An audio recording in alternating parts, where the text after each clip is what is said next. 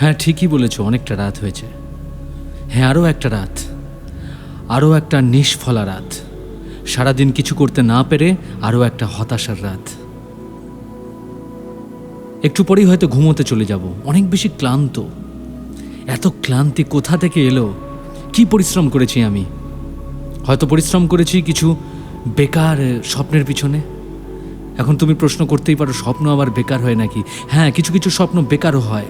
যে স্বপ্নের কোনো ভিত্তি নেই সে স্বপ্ন বেকার, যে স্বপ্নের কোনো অস্তিত্ব নেই অ্যাকচুয়ালি সে স্বপ্ন বেকার। তুমি বলবে স্বপ্নের আবার অস্তিত্ব। স্বপ্নের কেন অস্তিত্ব থাকবে না? যে স্বপ্ন আগামী দিনে আমার অস্তিত্ব তৈরি করতে চলেছে সেই স্বপ্নের আজকে কেন ভিত্তি থাকবে না? এমন স্বপ্ন আমি কেন দেখব যে স্বপ্ন পূরণ করবার বিন্দুমাত্র সাহস আমার নেই? হ্যাঁ, এটা ভীষণভাবে সত্যি। যে স্বপ্ন আমি দেখেছি সেটা পূরণ করতে গেলে আমার মনে ভয় হয়, আমার মনে আশঙ্কা জাগে। সেই আশঙ্কাটা এটা যে আমি কিভাবে সমস্ত বাধা পেরিয়ে ওই স্বপ্নটাকে অর্জন করতে পারবো। কিসের ক্লান্তি? আসলে ক্লান্তিটা হলো অনেকটাই বোরডম। সারাদিন বেকার কিছু ভিত্তিহীন স্বপ্নের পিছনে পরিশ্রম করে করে তো এই গোটা দিনটা বোর হয়ে কেটে গেল। সারাদিনের রোজ নামচা লিখবার প্রয়োজন হয়ে গেছে। সকালে ঘুম থেকে ওঠার পর রাত্রে ঘুমোতে যাওয়ার পর্যন্ত যা যা কাজ করেছি তার কতটা ঠিক জরুরি ছিল, এখন একবার তার হিসেব নেওয়ার সময় হয়ে গেছে। যখন সেই রোজনামচা লিখতে বসবো আমি জানি ডেফিনেটলি তার মধ্যে খুঁজে পাবো এমন কিছু কাজ করেছি যা না করলেও কিচ্ছু যায় আসতো না। হ্যাঁ, এটাও পাবো সারাদিন শুধু কিছু মানুষকে তুষ্ট করতে সময় চলে গেছে, কিছু মানুষের কাছে নিজে ভালো সাজবার জন্য সময় চলে গেছে, কিছু মানুষকে না করতে পারিনি, কি জানি সম্পর্ক নষ্ট হয়ে যাবে, কি জানি তার আমার প্রতি ভরসা নষ্ট হয়ে যাবে, কিংবা তাদের আমাকে খারাপ লেগে যেতে পারে, এত কিছু ভেবে। কিন্তু ভিতরে ভিতরে যে কি পরিমাণ ক্লান্তি তৈরি করেছি আমি এই ভিত্তিহীন আজে বাজে কিছু দায়িত্ব এবং কর্তব্যবোধের জন্য খেটে, সেগুলো ভাববার সময় হয়ে গেছে এবার। জানি না, যখনই এই রাত আসে তখন সারা দিনের এই হিসেবগুলো মাথার ভিতরে আমাকে কুঁড়ে কুঁড়ে খায়। জানি তোমাকেও খায়। বিং মি একটা জার্নি। এই জার্নিতে যদি এই সত্যিগুলো স্বীকার না করি তাহলে চলবে কি করে? আসলে তুমি ভাবছো আমি আমার কথা বলছি, ভুল কথা। আমি আমার কথা বলছি না, ভেবে দেখো আমি তোমার কথাও বলছি, প্রতিটা মানুষের কথা বলছি যারা রাত্রে ঘুমোতে যাচ্ছে শুধুমাত্র ক্লান্ত হয়ে। কই, রাতে যারা ঘুমোতে যাচ্ছে শুধুমাত্র ক্লান্তি নিয়ে, তাদের আগামীর সুপ্রভাতে কি লেখা আছে? আবার আরও একটা দিন, আবার আরও একটা দিন বেকার ক্লান্ত হওয়ার, আরও একটা দিন বেকার পরিশ্রমের।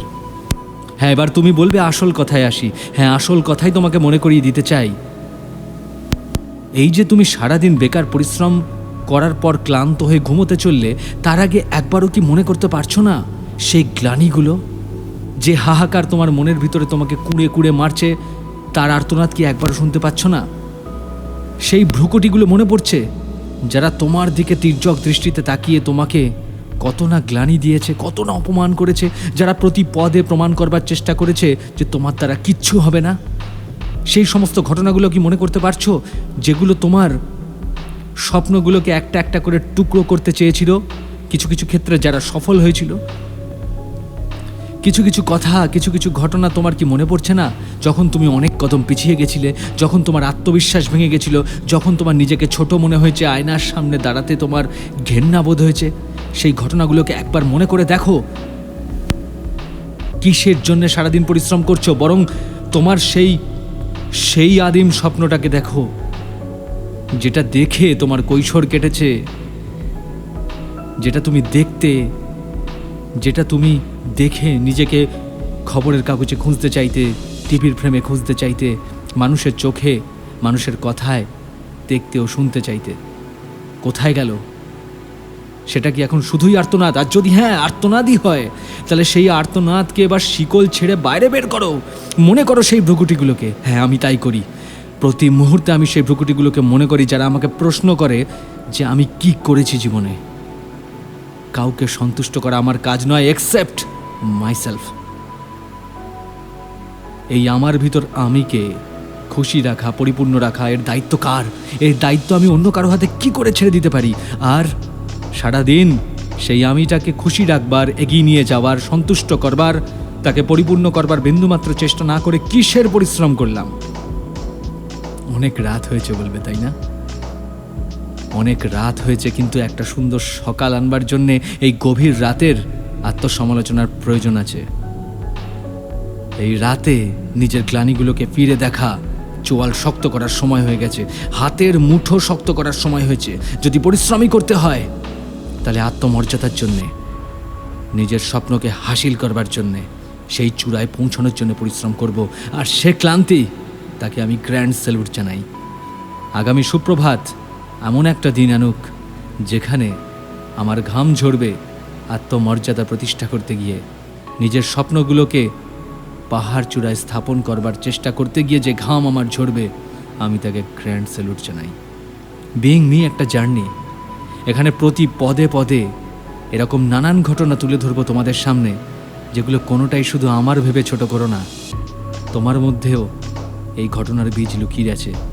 একবার মিলিয়ে তো দেখো, একবার আমার দৃঢ় বিশ্বাসের সাথে তোমার কদম মিলিয়ে তো দেখো।